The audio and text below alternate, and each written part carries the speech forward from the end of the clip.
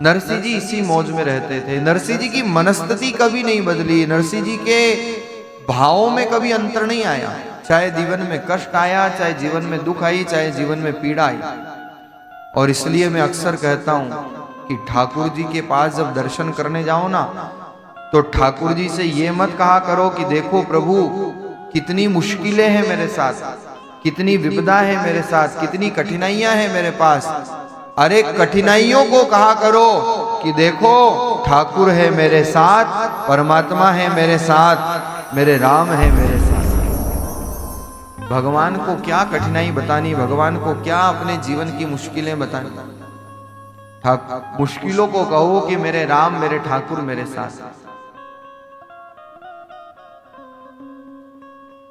लेकिन हमारा कभी कभी स्वभाव हो जाता है, जो हमें प्राप्त है ना उसको हम देख नहीं पाते, जो नहीं मिल रहा है बस उसको प्राप्त करने की आकांक्षा में दौड़ रहे हैं, भाग रहे हैं। और योग ऐसा होता है कि जब वो मिल जाता है तो भी फिर मन में संतोष नहीं होता। इसलिए तो कहते हैं महाराज, आज का व्यक्ति अपने दुख से उतना दुखी नहीं है जितना पड़ोसी के सुख से है। पड़ोसी सुखी इसलिए अड़ोसी दुखी। अपना दुख उसके लिए बड़ा नहीं है, पड़ोसी सुखी है ये उसके लिए दुख है। ये संसार का क्रम। तो भगवान से न कहें कि मेरे पास विपदाएं बहुत हैं, विपदाओं से कहें कि मेरे पास मेरे राम है, मेरे परमात्मा। एक बार एक व्यक्ति गया था महाराज अपने भगवान के पास और भगवान से करने लगा शिकायतें। हे प्रभु व्यापार नहीं चल रहा, हे भगवान धंधा नहीं चल रहा, मकान नहीं बन रहा, गाड़ी नहीं आ रही, लाड़ी नहीं आ रही, कुछ काम नहीं हो रहा। दिन भर भगवान से शिकायत ही करता था। और तो और सर्दी के दिन थे तो महाराज सर्दी बहुत है, बरसात आवे तो को हे भगवान बारिश बहुत हो रही है, गर्मी आवे तो हे भगवान गर्मी बहुत पड़ रही है। एक दिन भगवान को स्वप्न में आना पड़ा और भगवान ने कहा भैया देख तेरे को अगर नहीं जमता हो तो तू ऊपर आ जा, काहे को इतनी शिकायत करता है। उसने कहा नहीं प्रभु मेरे तो सब जम रहा है, मेरे यही ठीक है। अब हाँ भगवान ने कहा और तो क्या करें भाई, ऊपर आ जा, इतनी तकलीफ है तो फिर। जीवन में केवल शिकायतें लेकर के मत जाया करो भगवान से। मैं अक्सर कथाओं में कहता हूं केवल मांगने मत जाया करो। हम क्या करते हैं भगवान के यहां भी जाते हैं ना, बहुत लंबी चौड़ी लिस्ट होती है हमारी, और फिर अगर वो पूरी ना हो ना, हमारे मन की आकांक्षा अभिलाषा अभिप्सा पूरी नहीं हो, तो आज के लोग भगवान को भी स्वीकार नहीं करते, भगवान की सत्ता को अस्वीकार करने में देर नहीं करते। अगर अपना उल्लू सीधा ना हो, अपना स्वार्थ सिद्ध ना हो, तो भगवान को भी नकारने में देर नहीं करते। लेकिन भगवान से केवल मांगने मत जाया करो, भगवान के पास प्रेम से जाया करो, भाव से जाया करो। और मैं तो कहता हूं अपने जीवन में प्रैक्टिकल करके देखो, कहीं जाने की आवश्यकता नहीं। आपके घर पे कोई व्यक्ति रोज आए और रोज कहे कि भैया आज ये दे दो, आज ये दे दो, आज ये दे दो, आज ये दे दो, रत्नेश जी कैसा लगेगा आपको? आप कहोगे हाथ जोड़ के भैया तू केवल मांगने ही आता है क्या? तो जीवन में अगर कोई व्यक्ति हमारे यहाँ भी रोज आए और केवल मांगने आए तो आप भी घबरा जाओगे, हाथ जोड़ लो कि भाई ऐसे ही आ जाए अगर कभी केवल मांगने ही आता है। और हम क्या कर रहे हैं, मंदिर के बाहर कोई मांगता हो तो लोग कहते हैं भिखारी, और अंदर अंदर जो जाकर के कर रहा उसको क्या नाम दिया जाए? हाँ आरती जरूर आप करते हो, वो आरती के भाव कितने सुंदर हैं। तेरा तुझको अर्घ क्या लागे, ओ प्रभु क्या लागे। पर सच बताना अंदर भाव क्या चलता है? ये तो बाहर के शब्द हैं, अंदर भाव चलता है महाराज, मेरा मुझको दे दे, मेरा मुझको दे दे, क्या लागे।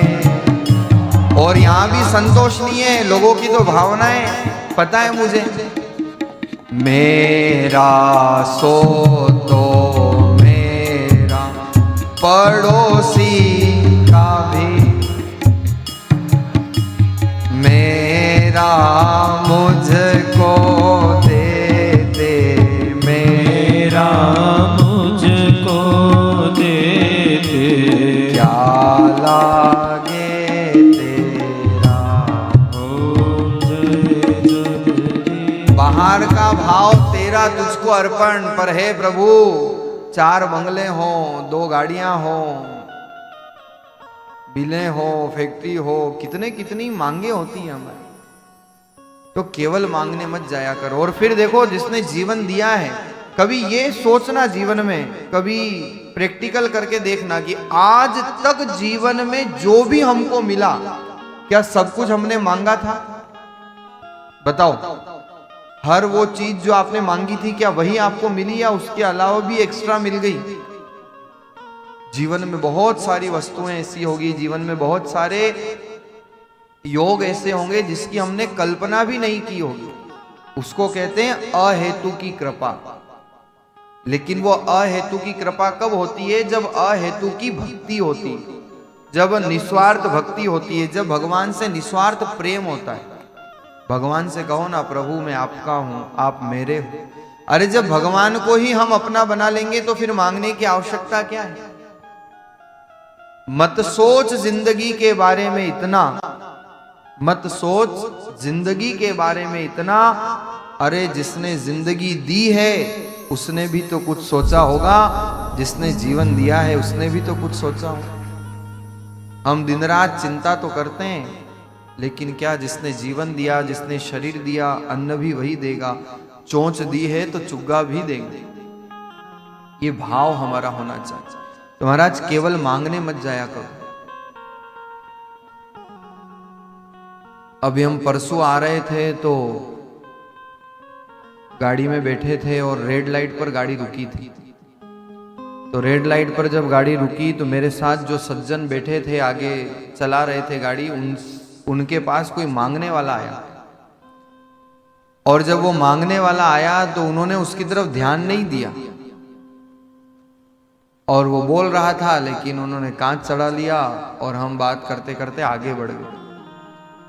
तो मेरे मन में विचार आया कि देखो, जब कोई बार बार मांग रहा हो और हमारे को देने का मन ना हो तो लोग क्या करते हैं? गाड़ी का कांच चढ़ा देते हैं या फिर अंदर वॉल्यूम इंक्रीज कर देते हैं, वॉल्यूम बढ़ा देते हैं, उसकी बात सुनना ही नहीं चाहते। क्यों? क्योंकि देने का मन नहीं है और पता है वो बार बार मांग रहा है और देने की इच्छा नहीं है, तो उसको इग्नोर करते हैं, नेग्लेक्ट करते हैं, उसकी सुनते नहीं है, कांच चढ़ा देते हैं। तो मैं सोच रहा था, कोई कोई व्यक्ति भगवान से इतना मांगते हैं, इतना मांगते हैं। मैं तो इतना ही कहूंगा कि इतना भी मत मांगना कि भगवान को भी कांच चढ़ाना पड़ जाए, भगवान को भी सोचना पड़े कि ये मांगने के अलावा कुछ नहीं करता है। ये जीवन की वास्तविकता है। तो हम केवल मांगने न जाएं। भगवान के पास जाओ तो कहा करो। अच्छा, आप जाते हो मंदिर में तो सबसे पहले क्या करते हो? आपके यहाँ मंदिर है ना, खाटू श्याम जी का भी हमने दर्शन किए परसों, बड़ा दिव्य मंदिर है। क्या करते हो सबसे पहले जाके? घंटी बजाते हो, लो प्रभु आग्यो था कि छाती पे मूंग दलवा में।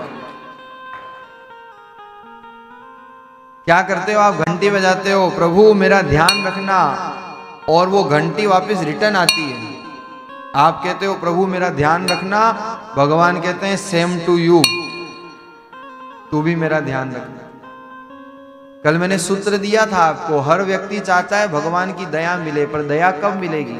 जब दया का उल्टा करेंगे।